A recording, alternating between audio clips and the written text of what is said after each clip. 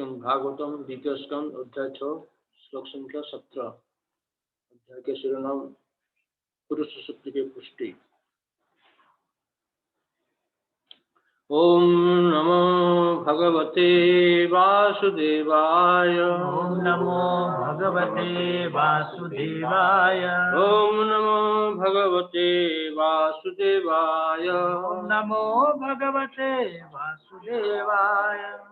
ओम नमो भगवते वासुदेवाय। ओम नमो भगवते वासुदेवाय। नारायणं नमस्कृत्यं नारायणं नमस्कृत्य नरं चैव नरोत्तमं नरं चैव नरोत्तमं देवीं सरस्वतीं व्यासं देवीं सरस्वतीं व्यासं ततो जयमुदीरये।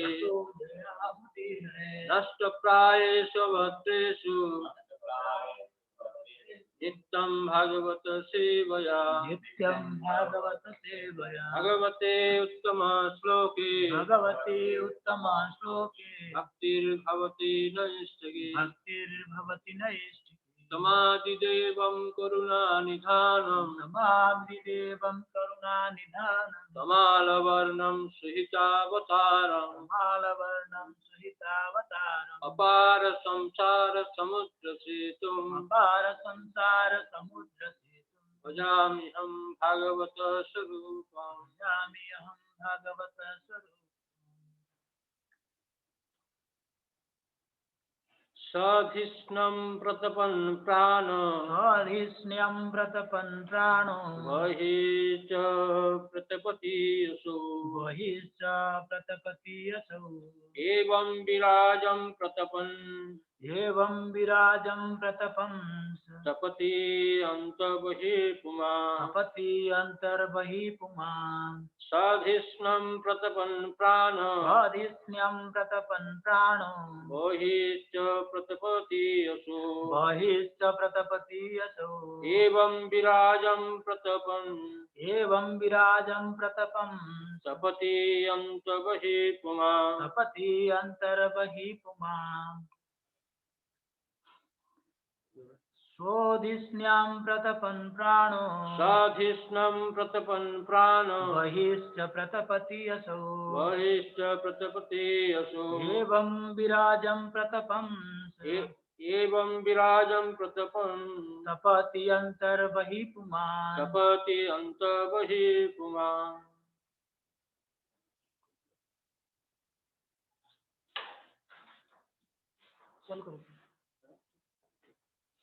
श्लोक के शब्दार्थ।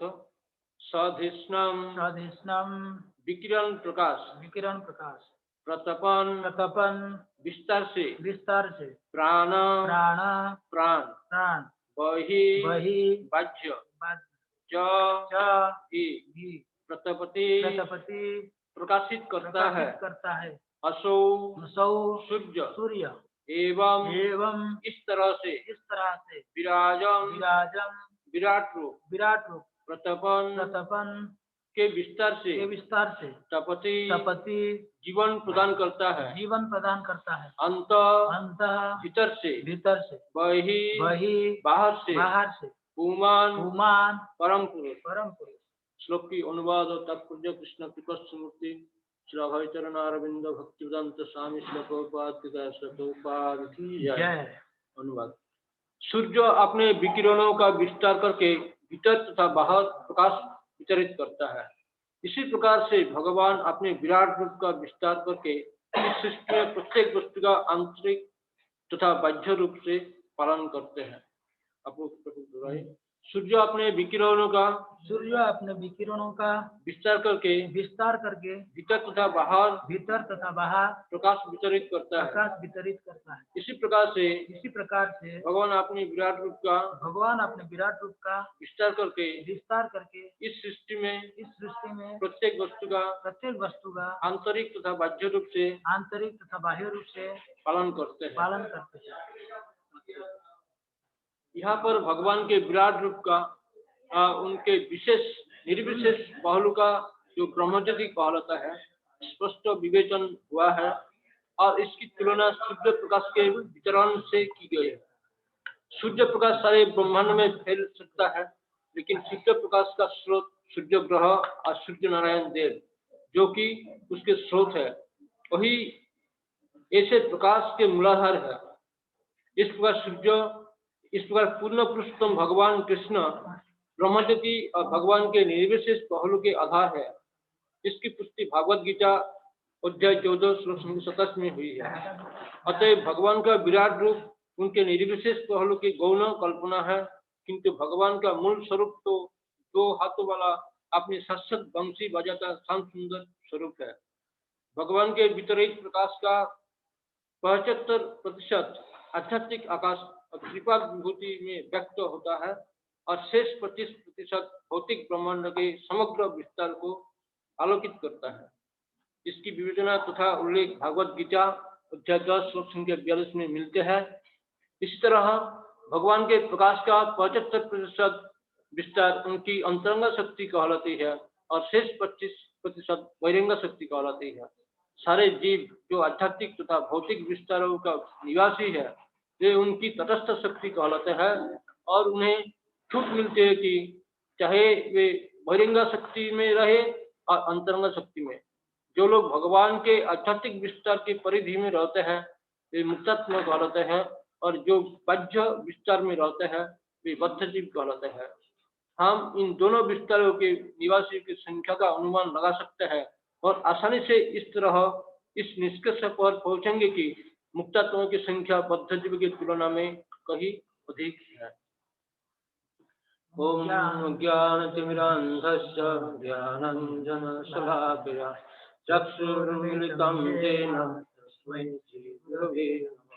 श्रीचैतन्यमनोभीष्टं स्थापितं येन भूतले स्वयं रूपकदा मह्यं ददाति च पदं वन्देऽहं श्रीगुरु श्रीयुतापदकमलं श्रीगुरुं वैष्णवंश्च श्रीरूपं साग्रजातं सागरनाथान्वितं तं सजीवं साद्वैतं सावधूतं परिजनसहितं कृष्णचैतन्यदेवं श्रीराधा कृष्णपादान् सागरललिता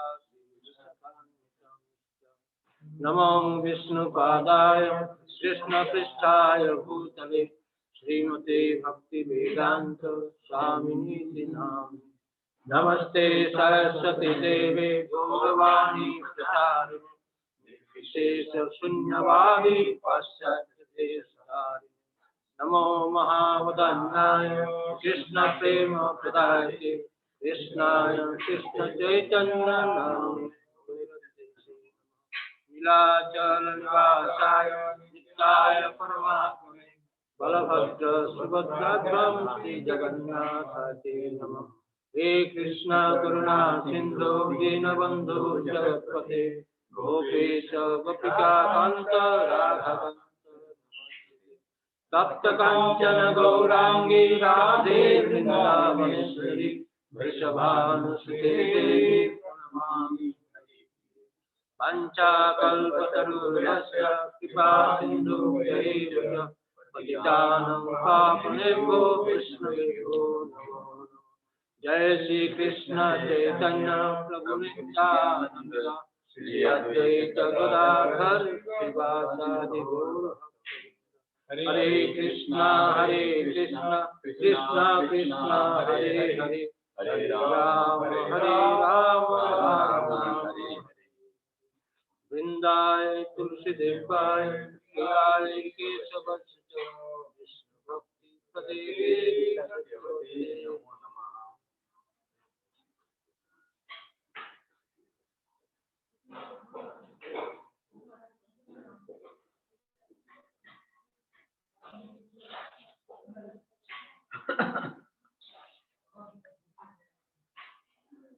सूत्र की पुष्टि अध्याय 17 में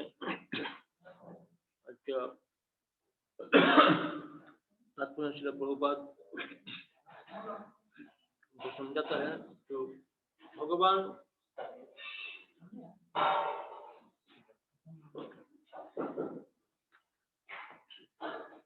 सारे के सारे आध्यात्मिक जगत और इस भौतिक ब्रह्मांड के सब कुछ के उससे प्रकाशित होता है।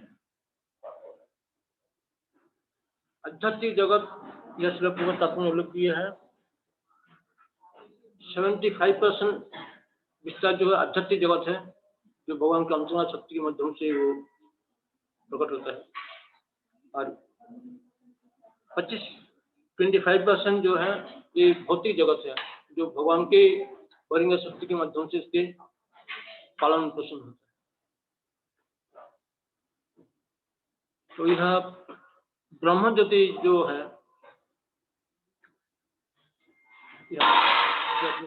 लिखी है, सब ब्रह्म ज्योति सारे आध्यात्मिक जगत को प्रकाश करते हैं। वह कोई चंद्र सूर्यमा विद्युत आलोक की कोई जरूरत नहीं है। अरे ब्रह्म ज्योति क्या है? भगवान के शरीर के निकलते हैं वो तेज है, प्रकाश है,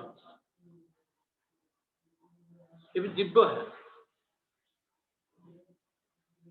जैसे भगवान के जो बहिरंग शक्ति के जो मूल उपादान है, पृथ्वी, आप, तेज, मरुत, बम, ये निकृष्ट शक्ति का होता है, लेकिन ब्रह्म ज्योति जो है ये भगवान से शरीर से निकलते हैं, लेकिन ये भी दिव्य है, कोई भौतिक नहीं है।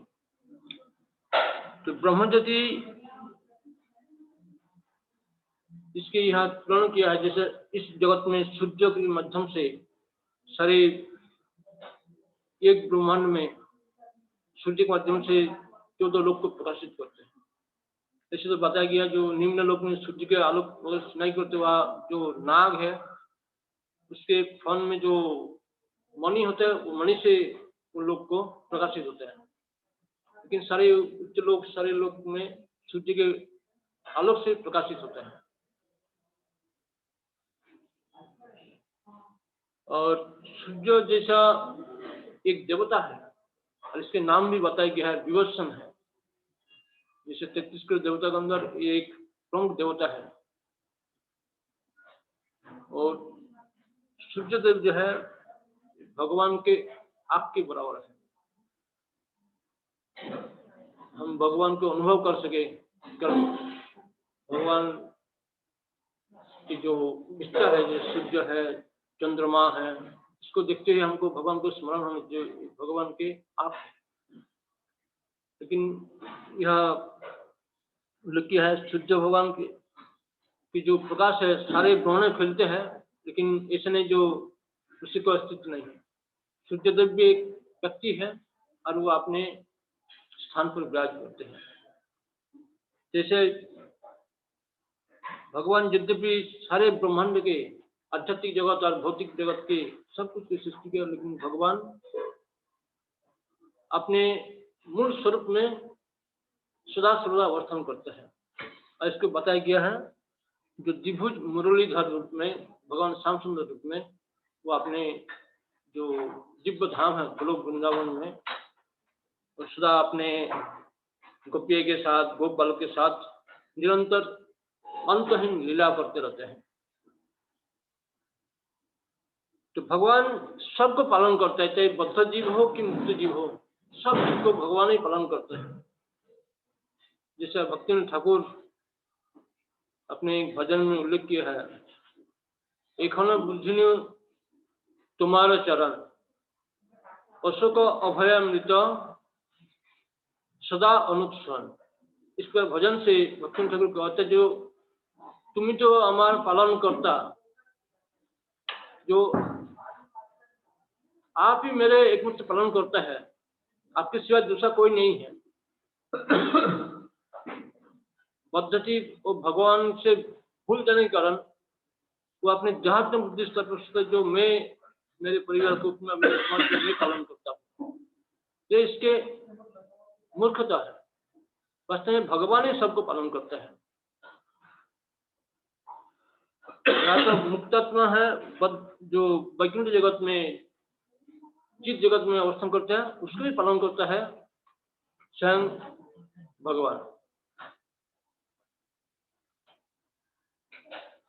एक बहुत अच्छी कथा प्रसंग में मैं आपको बताऊंगा। ये जो है चैतन्य चरितामृत में, चैतन्य भागवत दोनों स्थान में उल्लेख किया है। जब चैतन्य महाप्रभु पकड़े थे शिशु काल में, उसके नाम था निमाई। उन्होंने जब विद्या लाभ करने के लिए जाते थे नवद्वीप में और विद्या अध्ययन करते थे, तो जगन्नाथ मिश्र और सची माता दोनों के मन में थोड़ा सा भय भी हो गया, क्योंकि उसके बड़ा भाई जो है विश्वरूप, जिन्होंने बहुत ज्ञान प्राप्त किए थे और सोचा जो संसार प्रति आसक्ति जो हमारे बंधन के मूल कारण है, इसलिए संसार से विरक्त होकर मैं संन्यास लेकर और आगे जो जीवन है जो परमाई हो उसको हम बिताएंगे। मतलब सांसारिक आसक्ति से मोहमाया से छुटकारा पाने के लिए ऐसा विचार किए हैं विश्वरूप ने चैतन्य के बाद में। उन्होंने संन्यास लेकर चला गया, अपने पिता माता भाई सबको छोड़ के। और सन्यासी होने के कारण जो है ये हमारे उस समय के प्रथा थे, और आज भी हमारे समय के जो सन्यासी होता है ऐसे ही उस प्रथा को पालन करते हैं। जो सन्यासी होकर एक स्थान में अवस्थान नहीं करते, पूरे विश्व में प्रचार करने के लिए या तीर्थ स्थान में भ्रमण करने के लिए निकलते हैं, एक स्थान में नहीं रहते हैं। संन्यास इसलिए लेता है ताकि बद्ध जीव के प्रति उससे करुणा हो। सन्यासी को सभी ने सम्मान करता है, समाज और वर्ण में सन्यासी सबसे श्रेष्ठ व्यक्ति है। इसलिए चैतन्य महाप्रभु ने भी अपने जीवन में ऐसे लीला की है, उन्होंने भी संन्यास लिए थे, क्योंकि सोचा जो मेरे जो पड़ुआ है, जो मेरे सहपाठी है, मुझे को निंदा करते हैं, जो नास्तिक है मुझे को निंदा करते हैं, हरि नाम के प्रति निंदा करते हैं, तो उससे मैं कैसे उद्धार करें। क्योंकि चैतन्य प्रकट है केवल तो भक्त के उद्धार के लिए नहीं है, सबको उद्धार करना चाहते थे। इसलिए जो बद्ध जीव है, जो मूर्खतावश चैतन्य आपको समझ नहीं पाए, इवन चैतन्य के जो सहपाठी थे, जो क्लासमेट थे, वो भी चैतन्य के मतलब निंदा करते थे कभी कभी। तो चैतन्य को इसके सोचकर तो इसके कैसे भलाई हो, इसके कैसे मंगल हो, इसलिए चैतन्य को संन्यास लिए थे। क्योंकि संन्यास लेने से समाज में सारे वर्ण आश्रम के व्यक्ति सब उसको देखने मात्र से प्रणाम करते हैं। अरे ऐसा सन्यासी को प्रणाम करने से जो है, जो प्रामाणिक सन्यासी होता है, प्रणाम करने से जो उसके सारे कल्याण शुरू हो जाता है। तो विश्वरूप जब सन्यास ले लिए तो सची माता और उसके पिता जगन्नाथ मिश्र दोनों बहुत भयभीत हुए। पिता जो मेरे अभी एकमात्र पुत्र है और ये भी विश्वरूप को फॉलो करे, वो भी सन्यास ले ले, तो हमारे कौन देखभाल करेंगे विद्यावस्था में। इसलिए सची माता और जगन्नाथ मिश्र दोनों ने विचार किया जो इसको पढ़ाई बंद कर देना, इसको स्कूल में और भेजना नहीं है। क्योंकि जब मूर्ख रहेंगे तो इतना कुछ समझ नहीं पाएंगे, जो संसार क्या है, संन्यास आश्रम, इसमें क्या फायदा है। तो इसलिए उसको पढ़ाई बंद कर दिया था। तो जगन्नाथ मिश्र अपनी पत्नी सची देवी को बता रहे हैं, जो मेरे पुत्र को तुम पढ़ाई, हम लोग दोनों योजना बनाए जो उसको पढ़ाई बंद कर देना, उसको स्कूल भेजना नहीं है स्कूल में। तो जगन्नाथ मिश्र ने अपनी पत्नी को मतलब आपस में वार्तालाप के साथ ऐसा सलाह दे रहा है, ऐसा सुझाव दे रहा है कि मेरे पुत्र मूर्ख रहेंगे तो इसको आगे चलकर कौन इसको लड़कियां देंगे, इससे कैसे शादी होंगे। ऐसा जगन्नाथ मिश्र अपनी पत्नी से मतलब परामर्श कर रहे हैं, जो इसको आगे पढ़ाने के लिए हम रोक दिया, सपोज इसको आगे चलकर विचार अर्जन करने हम छोड़ेगा नहीं, तो ये आगे चलकर जब युवावस्था में प्राप्त होंगे इससे कौन कन्या देंगे, ये मूर्ख है। तो इसे आपस में आलोचना कर रहे हैं। तो फिर जगन्नाथ मिश्र ने अपने पत्नी को बता रहे, बोले देखिए सबके पालन करता जो है भगवान श्री कृष्ण है, चाहे मूर्ख हो, पंडित हो, कोई पशु जनी में हो, कोई भी जनी में जीव हो, सबके पालन करता है कृष्ण है। और आप देखिए मेरे जिंदगी में मैं बहुत विद्वान हूँ। जगन्नाथ मिश्र उन्होंने अपनी जो पूर्व जन्म स्थान बांग्लादेश में सियाटूर में वहां छोड़कर उन्होंने नवद्वीप में आए थे केवल ज्ञान लाभ के लिए, शिक्षा अर्जन के लिए आए थे। बोले देखिए मैं तो बहुत ही ज्ञान थे, मैं बहुत शिक्षा अर्जन किए हैं, लेकिन मेरे घर में क्यों ऐसे अन्ना भाव है, ऐसा जगन्नाथ मिश्र बता रहे हैं। बोले मेरे घर में क्यों तो अन्ना भाव है, तुम बोल रहे हैं जो मूर्ख होने के कारण उसे कोई लड़कियां नहीं देंगे, उससे शादी नहीं होंगे, तुम उससे आगे चलकर परिवार को पालन करने में उसके बहुत कठिनाई आएंगे। ये वास्तव में सही है। भगवान श्री कृष्ण सबके पालन करता है और वही सबको देखता है। तो कहते हैं तो देखिए कोई ऐसा मूर्ख व्यक्ति है जो बहुत ज्ञान नहीं है, लेकिन वो अच्छी तरफ से उनके परिवार को समाज को पालता है, उसके अंदर में कोई सारे आदमी काम करते हैं, नौकरी करते हैं, और मैं जैसा बहुत ज्ञानी हूँ लेकिन मेरे घर में अन्ना हवा है। मतलब जगन्नाथ मिश्र बहुत धनाढ़ व्यक्ति नहीं थे, जबकि चैतन्य महाप्रभु के पिता जब परलोक गमन किए, मतलब अपने शरीर छोड़े हैं, तो सची माता थे और चैतन्य महाप्रभु थे घर में, और उसकी शादी भी हुई थी। तो कभी कभी उसके घर में दिक्कत आते थे, मतलब अन्न के लिए, भोजन के लिए, कोई किराना लेने के लिए अर्थ नहीं है, तो चैतन्य महाप्रभु अपनी माता के दुख को दूर करने के लिए वो घर के बाहर जाते थे और तुरंत 1 तोला सोना लेके अपनी माता को देते थे कि तुम इसके बेचकर और किराना जो भी जरूरत है वो लेके आइए। घर के बाहर जाते हैं और थोड़े देर में उन्होंने 1 तोला सोना परिणाम, जैसे 10 ग्राम सोना 1 तोला का होता ना, उतना सोना सची माता को अर्पण करते थे कि तुम इसको बेचकर और जो भी घर के जरूरत है सामान तुम बाजार से लेके आओ।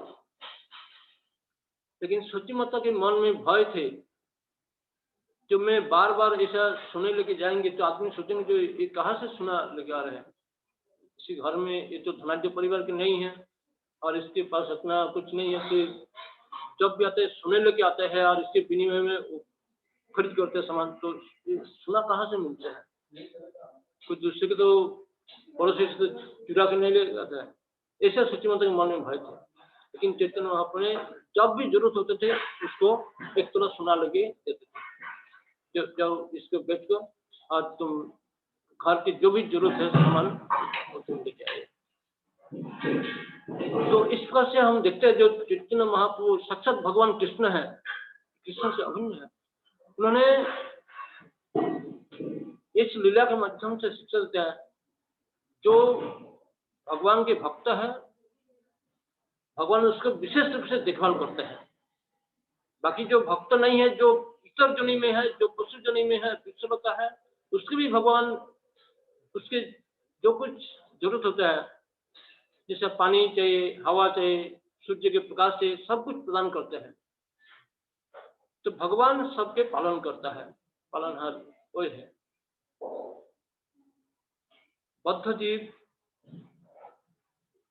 इस ज्ञान के कमी के कारण वो सोचते हैं मैं पालन करता हूँ, और इसी कारण जो है बद्ध जीव इस संसार में दुख हो रहे हैं। भक्ति विनोद ठाकुर अपने भजन में उल्लेख किया है, बहु दुख पायाछि स्वतंत्र जीवने, सब दुख दूरे गला ओ पद वरणे। जब मैं भगवान के छोड़कर स्वतंत्र जिंदगी जिए हैं तो मैं केवल दुख की सामना करे, इसका भक्ति ठाकुर अपने भजन में उल्लेख किया है। प्रभु बहु जन्म बहु दुख पायाछि स्वतंत्र जीवने, सब दुख दूर गला ओ पद वरणे। जैसे हमें भगवान श्री कृष्ण के चरण को मैं आश्रय ले लिया तो हमारे सारे दुख का मिल गया। ऐसा ही दूसरी भजन में उल्लेख किया है,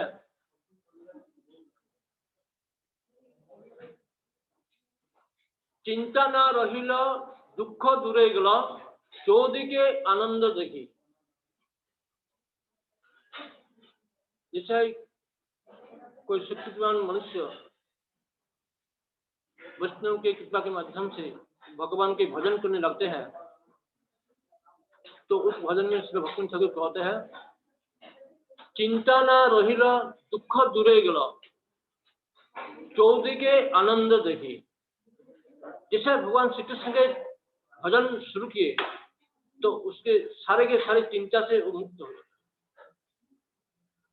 और दुख जो है वो अपने अपनी भाग जाता है। और दुख जब नहीं रहता है तो व्यक्ति बहुत ही आनंद को अनुभव करते हैं। चौदह के आनंद की चारों दिशा में केवल आनंद महसूस करते हैं।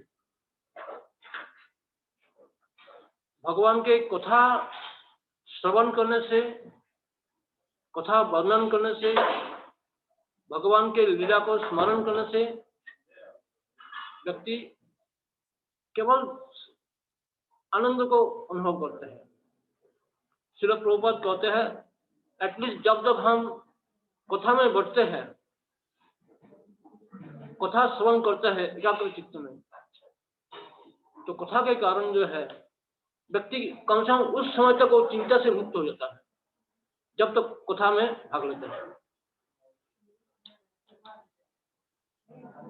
तो भगवान की कथा जो है भगवान से अभिन्न है। ये भागवत कथा यह जैसा पुरुष शक्ति की पुष्टि इस अध्याय में हम लोग सुन रहे हैं, जो भगवान के 70-75% भाग जो है आध्यात्मिक जगत है और आध्यात्मिक जगत में जो जीव है वो सब मुक्तात्मा है। मुक्तात्मा के लक्षण यही है वो सदा सर्वदा हमेशा के लिए भगवान को स्मरण करते हैं, भगवान के गुणगान कीर्तन करते हैं। जैसे वैष्णव आचार्य ने अपने भजन में उल्लेख किया है, गोलोकर प्रेमधन हरि नाम संकीर्तन। गोलोक वृंदावन के प्रेम धन है हरि नाम संकीर्तन। और वहाँ के जो निवासी जो है, जो मुक्तात्मा है, वो हमेशा भगवान के गुणगान कीर्तन करते हैं।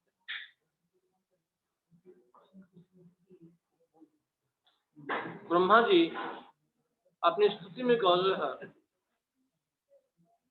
श्रिया कांता कांत परम पुरुष कल्पतरोव ध्रुव भूमि चिंता मणि वनमयी तोयम अमृतम कथा गानम नाट्यम गमनपि वंशी प्रियसगी। क्योंकि ब्रह्मा जी अपने तपस्या के माध्यम से उन्होंने कोई हजारों वर्षों तक तपस्या किए थे और तपस्या के माध्यम से उन्होंने साक्षात वैकुंठ जगत को उन्होंने दर्शन किया है। जो वैकुंठ जगत कैसा है, वहाँ के भूमि जो है चिंतामणि है, वहाँ के वृक्ष कल्प वृक्ष है, पानी जल जो है अमृत है, कथा वहाँ भगवान के गुणगान होता है, इस पर वर्णन किए हैं। कथा गानम नाट्यम गमनम प्यालभा, हर पदक्षेप जो है भगवान के प्रसन्न के लिए नित्य होते रहते हैं। इस प्रकार वैकुंठ जगत के वर्णन किए हैं ब्रह्मा जी। तो वहाँ के जो मुक्तात्मा है वो कभी भगवान को भूलता नहीं, सदा सर्वदा भगवान को प्रसन्न के लिए भगवान के गुणगान करते हैं, भगवान के लिए नृत्य करते हैं। आज भी हम जब जगन्नाथ मंदिर आप दर्शन करते हैं, वहाँ जो जगन्नाथ बलदेव सुभद्रा दिव्य विग्रह है, उसके सामने जो है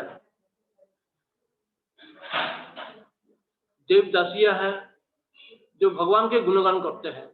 और उसके परंपरा से ये रीति है, जो देवदासियां होता है इसकी जो भी आगे चल के संतान होंगे वो भी उसके एक ही काम है, वो जगन्नाथ के गुणगान करना।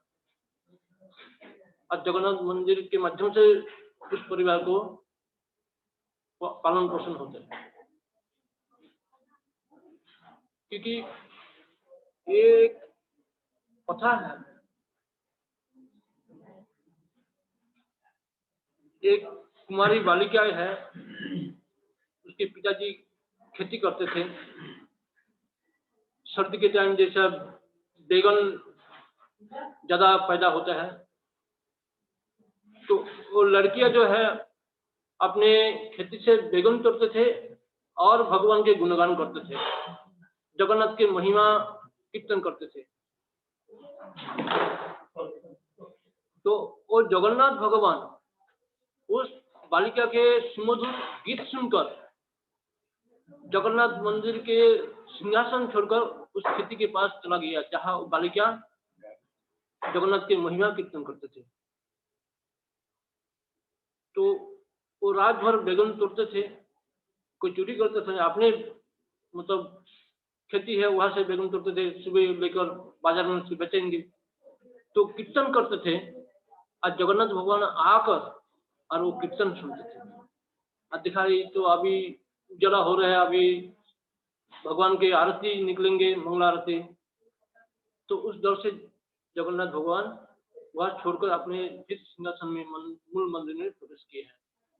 और बैगन में जो है, झाड़ में जो है कटीला होता है, उसने जगन्नाथ भगवान के जो वस्त्र है वो सारी जगह जो है फट गया। तो जब जगन्नाथ के पुजारी जगन्नाथ भगवान को आरती उतारने के लिए मंदिर में प्रवेश किया है, भगवान को जगाया, देखा उसके वस्त्र जो फटा हुआ है, तो तुरंत मूल पंडा जो है जगन्नाथ भगवान चरण में बहुत ही विनती करते, जो हमारे क्या अपराध हो गया, हम क्या किया, आपके शरीर में जो वस्त्र है वो फट गया कैसा। कि राजा को संवाद दे दिया।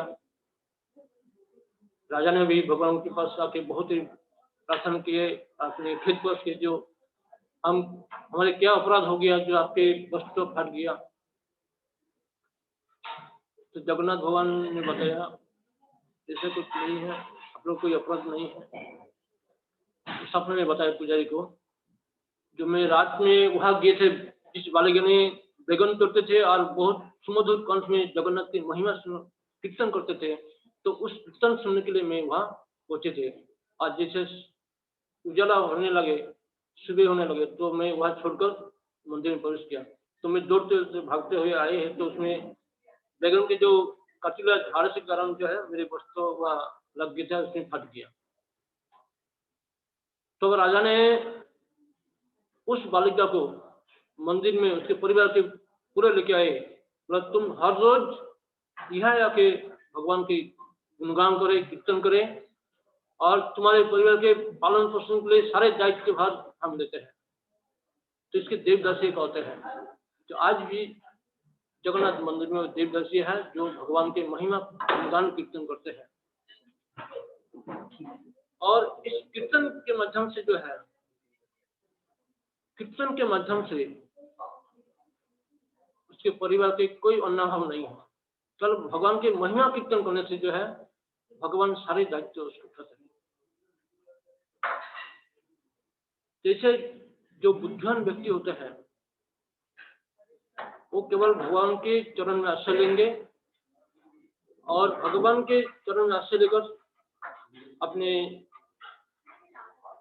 जिंदगी जिएंगे।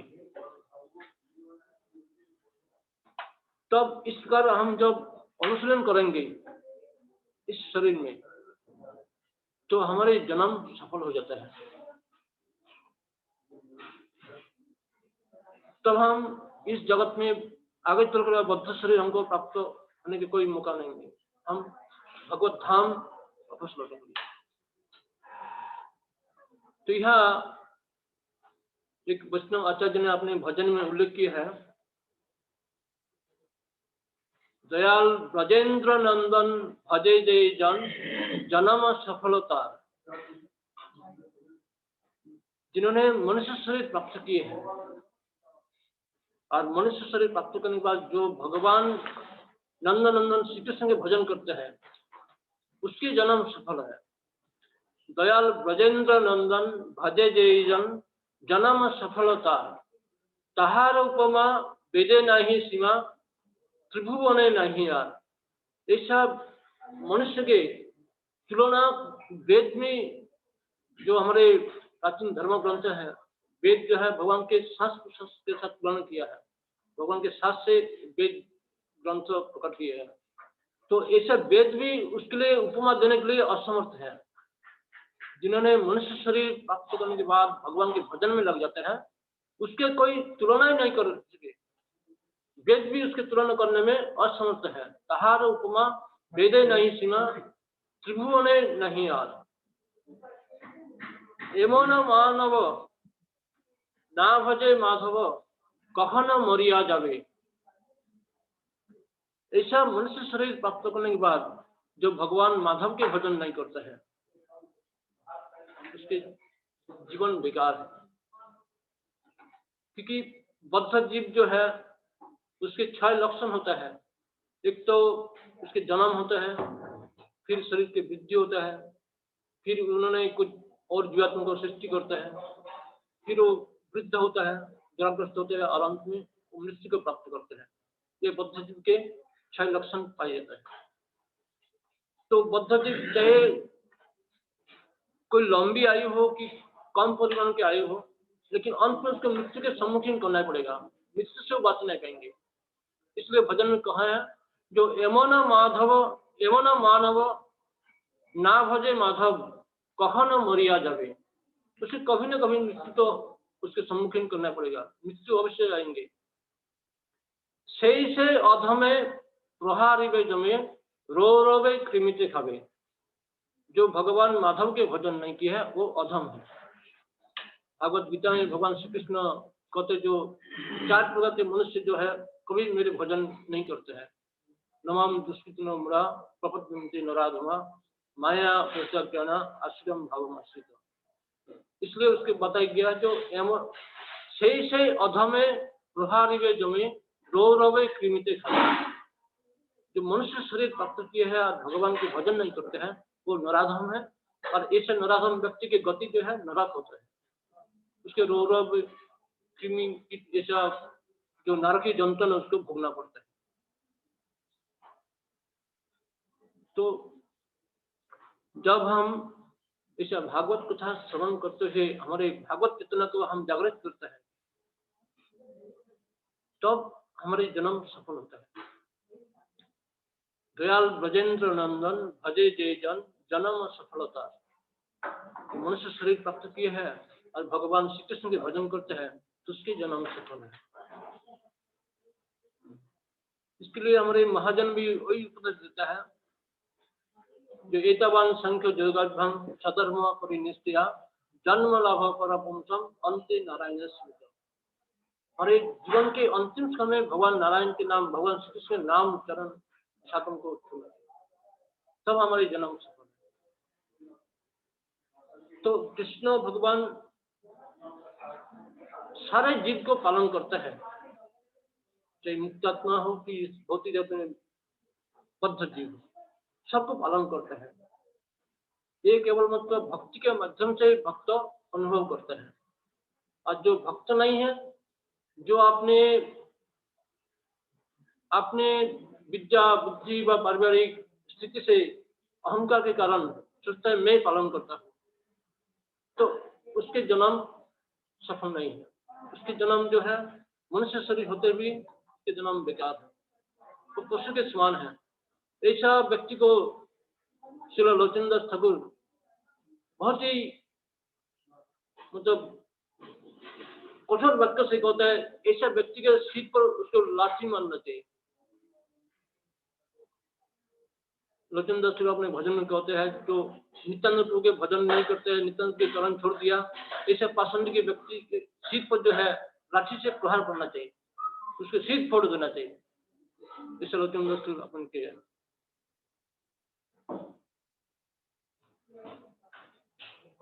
तो यह बहुत अच्छी तरफ से समझाया गया है, जो भगवान अपने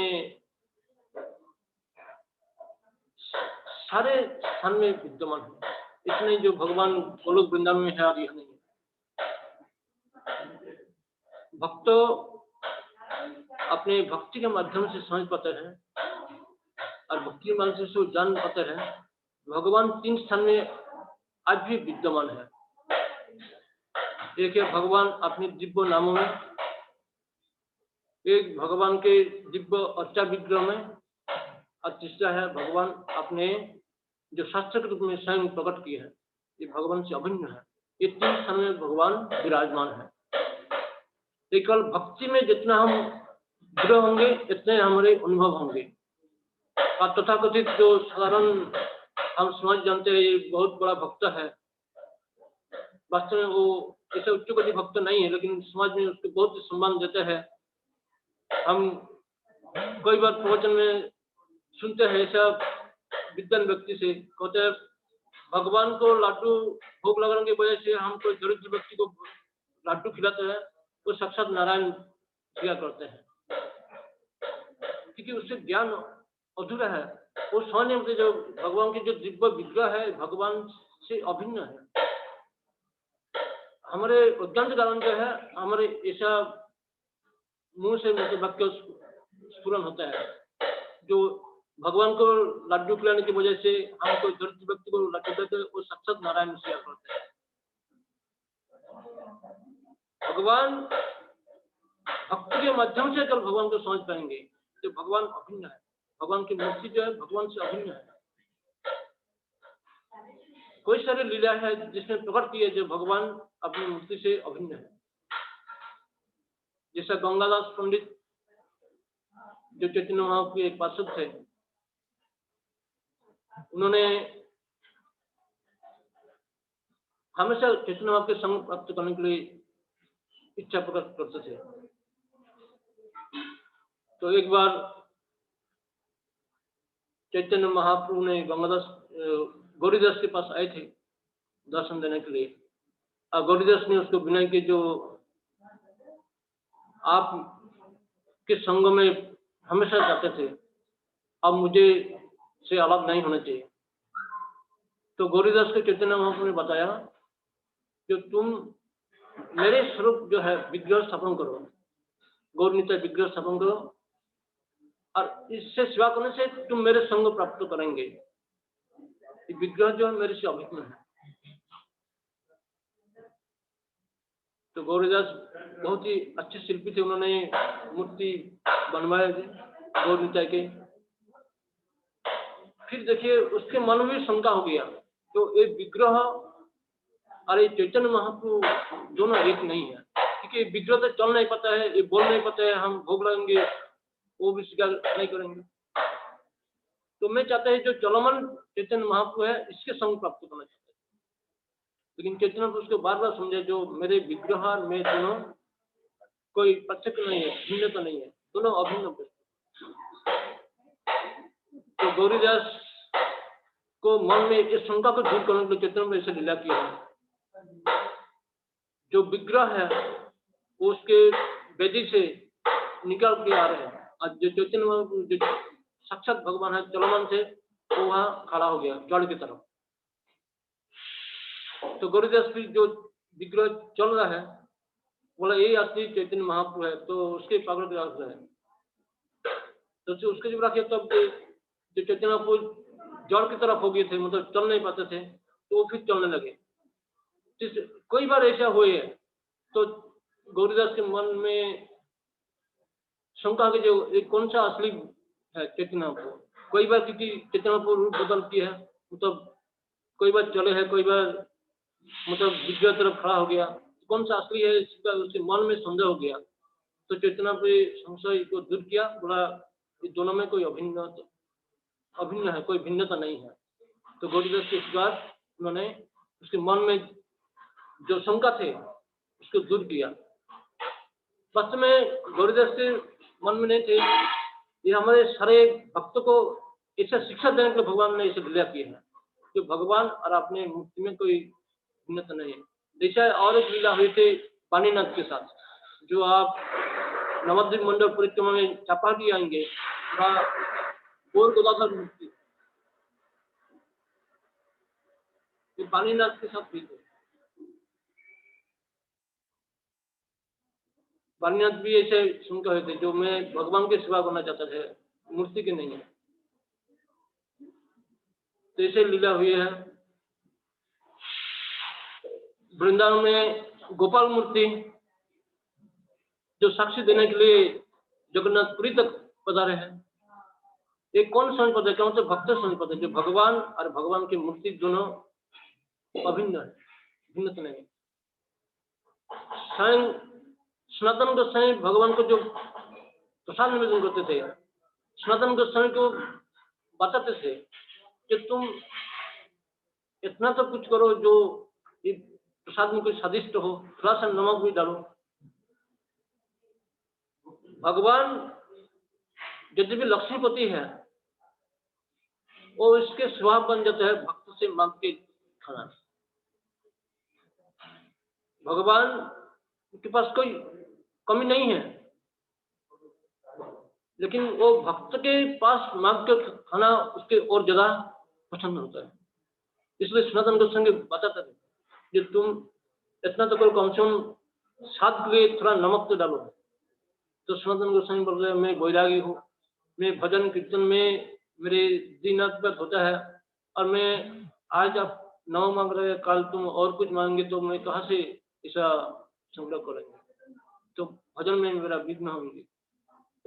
जैसा है मतलब भगवान जो है भक्तों के माध्यम से वो सब स्वीकार करते हैं। तो एक मतलब भक्त ही समझ पाता है जो भगवान को जो हम अर्पण करते हैं, भगवान अवश्य इसको स्वीकार करते हैं। लेकिन तथागत विद्वान व्यक्ति कथाकार जो है उसके अनुभव नहीं है, क्योंकि भक्ति किए नहीं। श्रील गौर किशोर दासवार जी महाराज कहते हैं ऐसा पेशादारी कथाकार से हमको भागवत कथा श्रवण नहीं करना चाहिए। यद्यपि उसके मुंह में राम राम कृष्ण कृष्ण कुछ भगवान के नाम उच्चारण होता है, वास्तव में वो नाम नहीं है, वो केवल टाका के रुपया के चिंतन होता है। इसलिए गौर किशोर दासवार जी महाराज जैसे अपने एक बार कोई सज्जन व्यक्ति आए थे, जब गौर किशोर दासवार जी महाराज नवद्वीप में शौचालय में बैठकर हरिनाम करते थे, बोले आप चलिए, एक बहुत बड़ा कथाकार आए हैं, कथा करते हैं, चैतन्य आपके गुणगान कर रहे हैं, गौर कथा हो रहा है,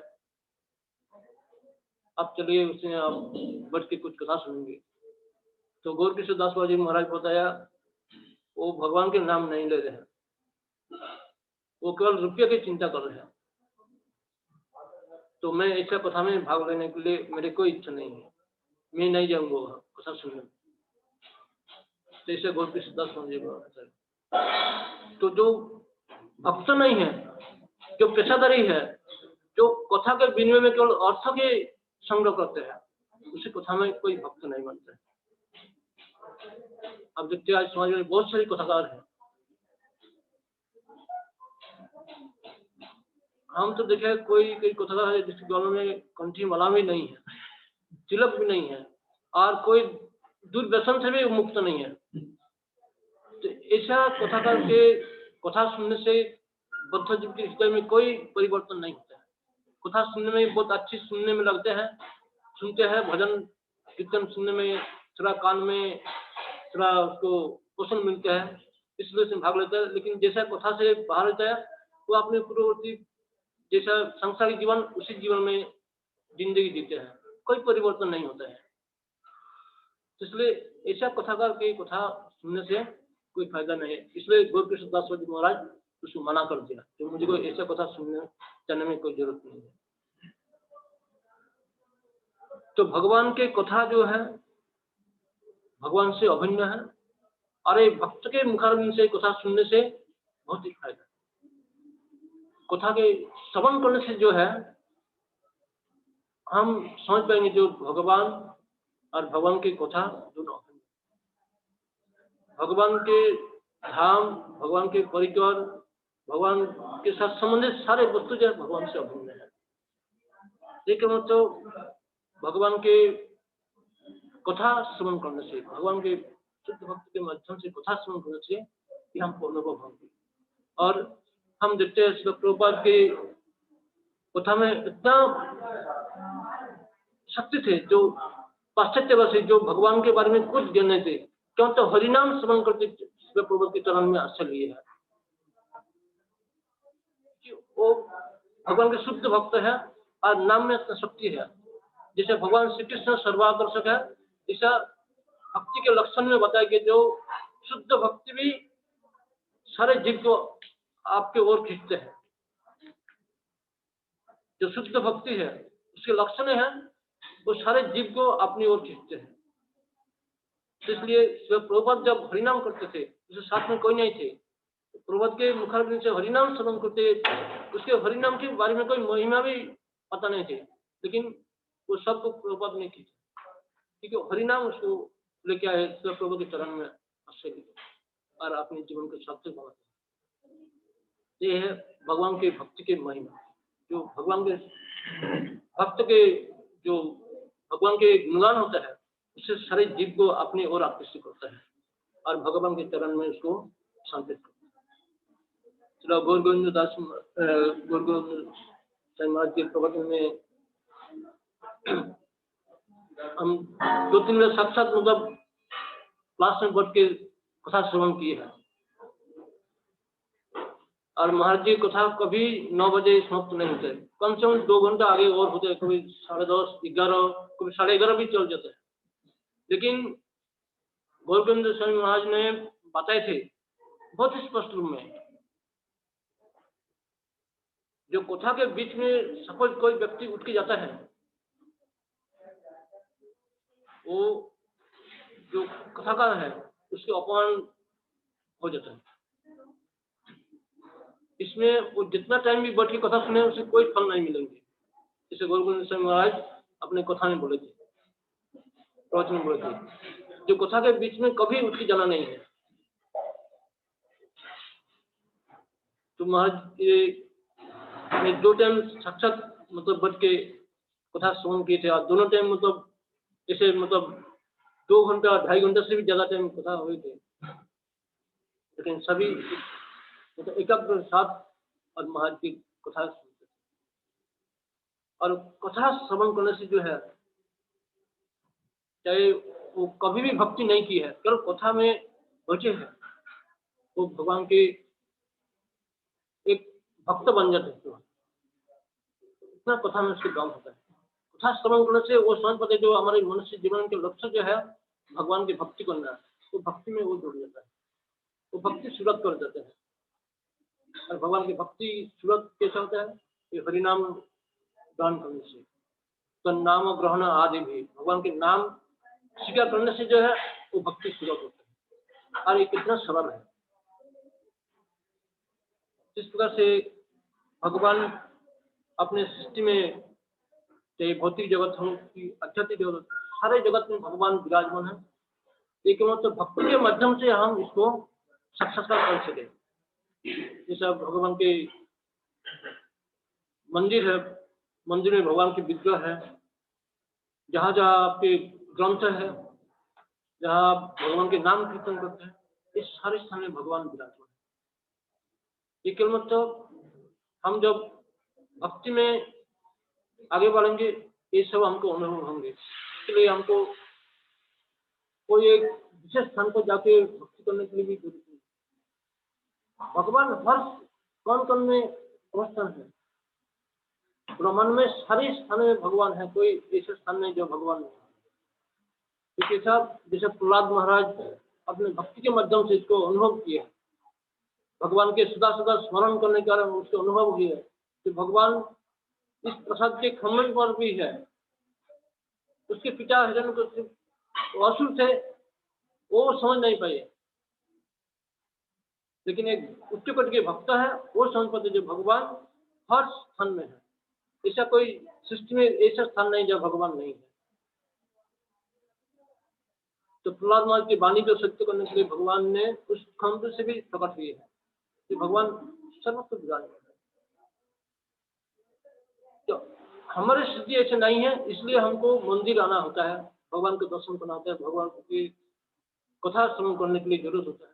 लेकिन जब कोई भक्ति मार्ग में उच्च स्थान पर पहुंच जाता है, दिव्य स्थान पर पहुंचते हैं, तो उसके कोई भी स्थान हो, जैसा शिव जी अपने पत्नी पार्वती को ज्ञान देते हैं, नारायण परा सर्वे न प्रतिष्ठिन विभ्रति सर्ग अपवर्ग नरकेषु अपि तुल्यार्थदर्शी।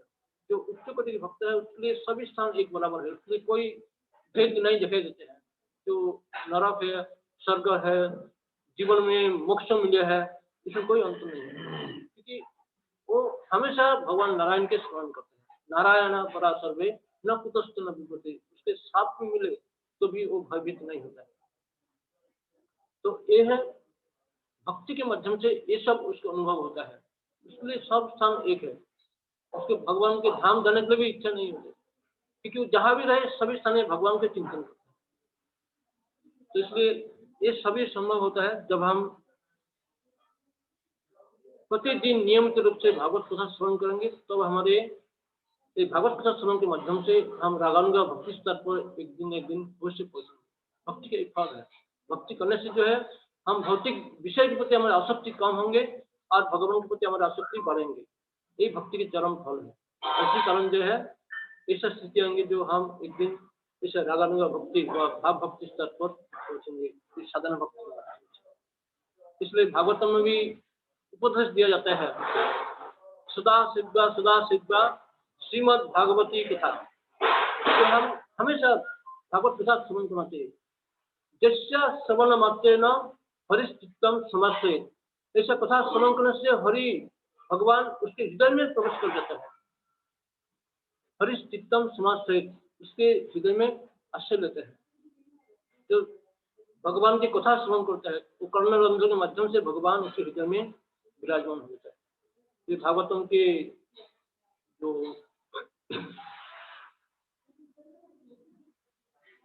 महिमा है, उस महिमा में व्याख्यान किया है, जो सदा सिद्धा श्रीमद् भागवती कथा जस्य श्रवण मात्रेण हरिश्चित्तम समाश्रयेत्।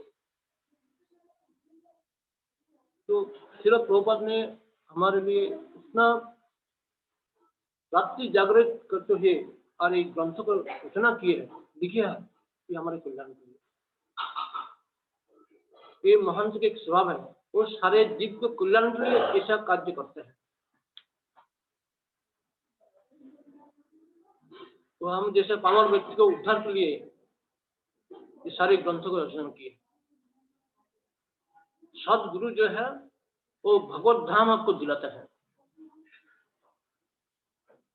जो पार्थिव वस्तु है वो आपके भौतिक सुख दे सके, लेकिन आध्यात्मिक सुख से आप वंचित रह जाएंगे। चिंता मणि लोक सुखम सुरद्रु कल्प सर्द संपद, सुरद्रु सर्द संपद प्रयच्छति गुरुर्पितो वैकुंठम योगी दुर्लभ। चिंतामणि लोक सुखम, हमको इस भौतिक लोक में वो चिंतामणि आपको भौतिक सुख प्रदान कर सके। चिंतामणि कैसा होता है? एक ऐसे पत्थर होता है जिस कोई भी धातु के संस्पर्श आएंगे वो धातु सोने बन जाता है। जैसा सनातन गोस्वामी पास थे, शिव जी के भक्त थे, शिव जी ने उसको भेजे थे, जो तुम वृंदावन में जाइए, वह एक संत है, वो तुमको वरदान दे सके। तो चिंतामणि जो है पारसमणि सनातन गोस्वामी पूरे गले में रखे थे। तो जो ब्राह्मण आए थे और ब्राह्मण से वर मांगे तो सनातन गोस्वामी ने उसको पारसमणि दे दिया। तो ब्राह्मण ऐसे साधारण तो बहुत बुद्धिमान होता है, उन्होंने सोचने लगा जो सनातन गोस्वामी इसको कूड़ेदान में रख दिया, जो मूल्यवान वस्तु है कूड़ेदान में क्यों रखे हैं, इसके पास इससे भी और अधिक कोई मूल्यवान वस्तु अवश्य होंगे। वो पारसमणि लेकर फिर आपस लौटे हैं सनातन गोस्वामी के पास और बहुत ही विनम्र भाव को प्रणाम करते पूछने लगे, जो आप मुझको बहुत श्रेष्ठ वरदान दिए हैं, आप पारसमणि मुझको अर्पण कर दिए हैं, जो जगत में बहुत दुर्लभ है, ऐसे पारसमणि आप दिए हैं, लेकिन आप इसको कूड़ेदान में क्यों रखे गए?